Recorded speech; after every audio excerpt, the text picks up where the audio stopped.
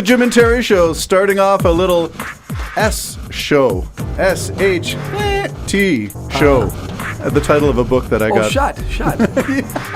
Very good. But you know, Scotland, like throw shut to the moon. Oh, yes, it works on so many levels. The book is...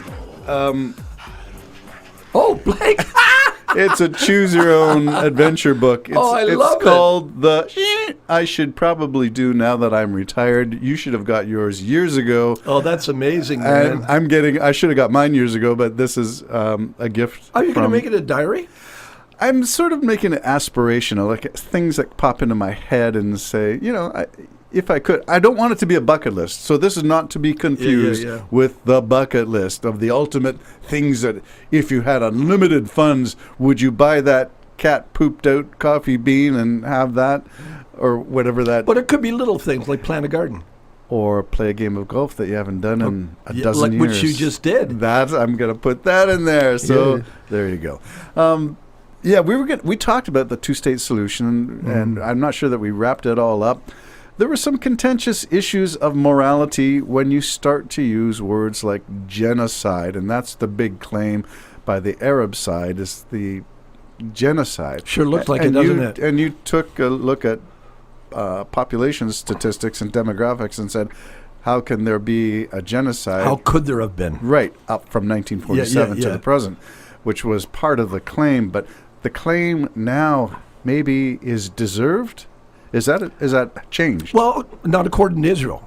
But I got to release my bias, okay? I actually even have a biblical bias towards... There's a song title. Yeah, towards Israel. Bias. And you put me well and rightfully in my place at the end of it there, unknowingly, obviously, by the look on your face, but Palestinians, I'm not listening to their claims of some of the absurd things in their minds that Israel's done, which is a good argument for some of the things they do.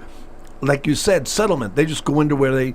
We've come into a world where people do what they just want to do and worry about the consequences later.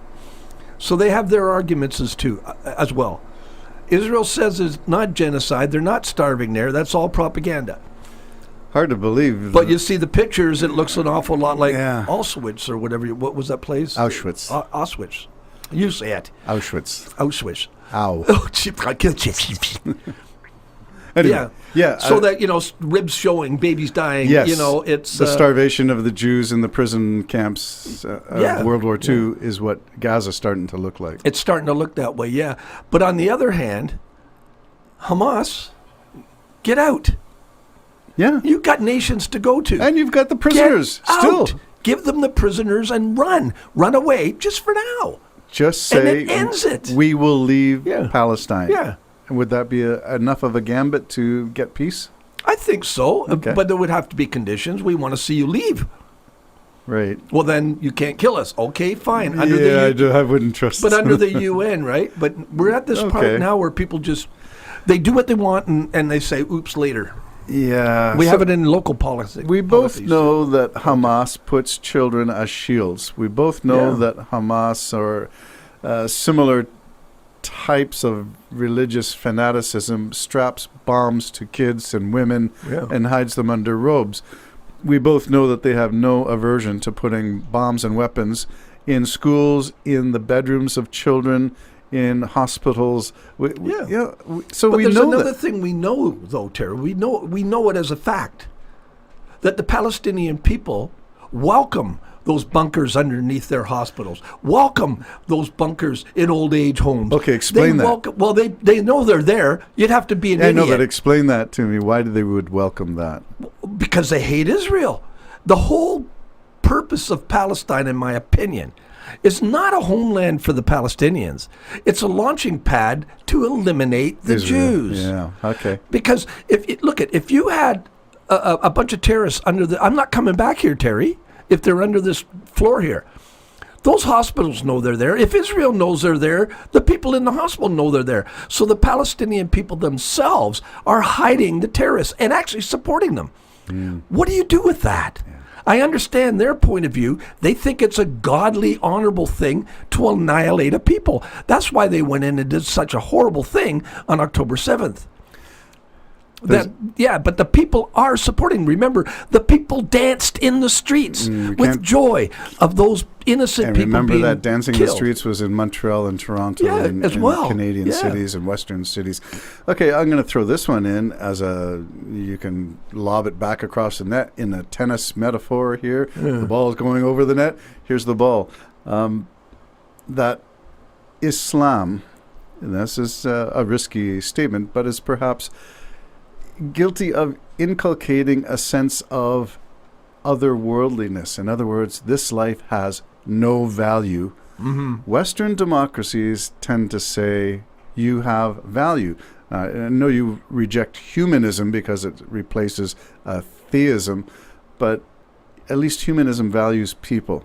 In Islam, people are not necessarily valued. Is that an accurate claim? Yeah, well, whereas Israel values my people? My religious leader looked out for the poor, the meek, those who are being persecuted.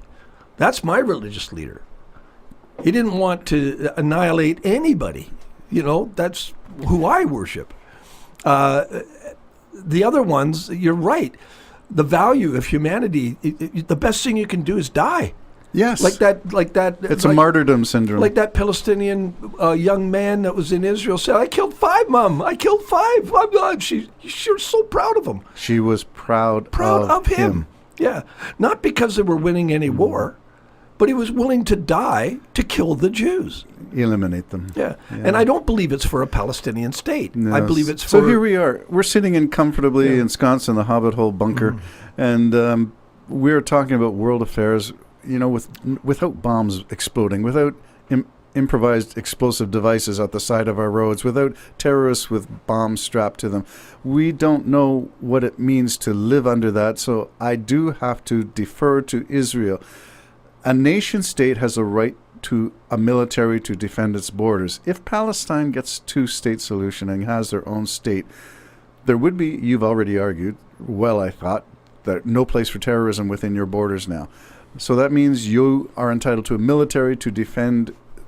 Is that just the same thing? We're going to see more warfare? It's now going to be state to state? I think that's what it'd be, and you're still going to have everybody pouring the money in. So it's just a mess, yeah. Well, because, in my opinion, and forgive me, people of that cut, that's hard to say because I didn't want to become... Look at the illogic about it. If I'm taught that your family and daughter and everybody else is just nothing but an animal, if I'm taught that, then if I rape them, it's like me raping a dog. So what's that make your whole faith? What's that make your whole view? There's nothing you can't do. Got to watch the R word, my friend. What, rape? Oh, okay. R word. Delete it. Just like the...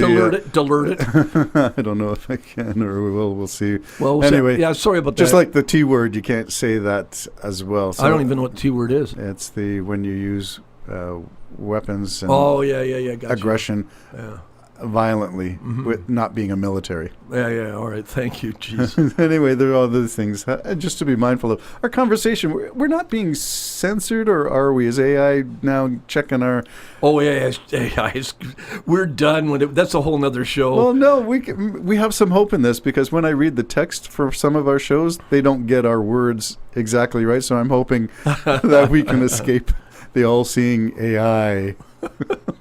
Anyway, that's another story. What is this guy doing R-ing dogs? Oh, yes, R-ing dogs. Oh, boy.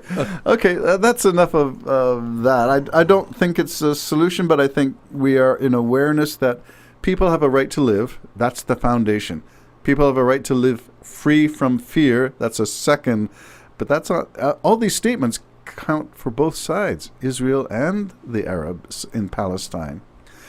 Where do you start to find solutions and common ground? I wish, Terry, because Christianity is the same as Islam as far as trying to make disciples and proselytizing.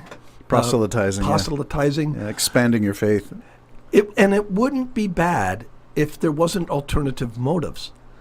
You know what I mean? If the motive was simply, I want you to go to heaven, I want you to have a good relationship with wherever it be, Allah, Jesus, whatever, and that's all my intentions are, and violence and junk don't go into it. what a wonderful world it would be, because then you can cling to your faith, you can have a conversation, and it's like in the scriptures when it says, I am convinced, and I personally am convinced. Some Muslims the same way within their faith. But when it spills over into, well, you're so not with it, I want you dead. Yeah. Whether it be Christian, remember all of those, wars. Thou shalt not kill. Yeah, remember all those wars that were done by Christians in the name as well. of the Crusades, yeah. The Crusades. So as soon as it gets into the violent end of it like that, then you really are playing God. So is there a place for humanism? A place where you say people are more important than your particular religious convictions? I guess. I don't know. Peace in our time? Yeah. I don't know. But there's a statement being ushered. Carney has said it. We'll wait and see. Now we'll switch gears to what does it mean for trade? Bye-bye for now.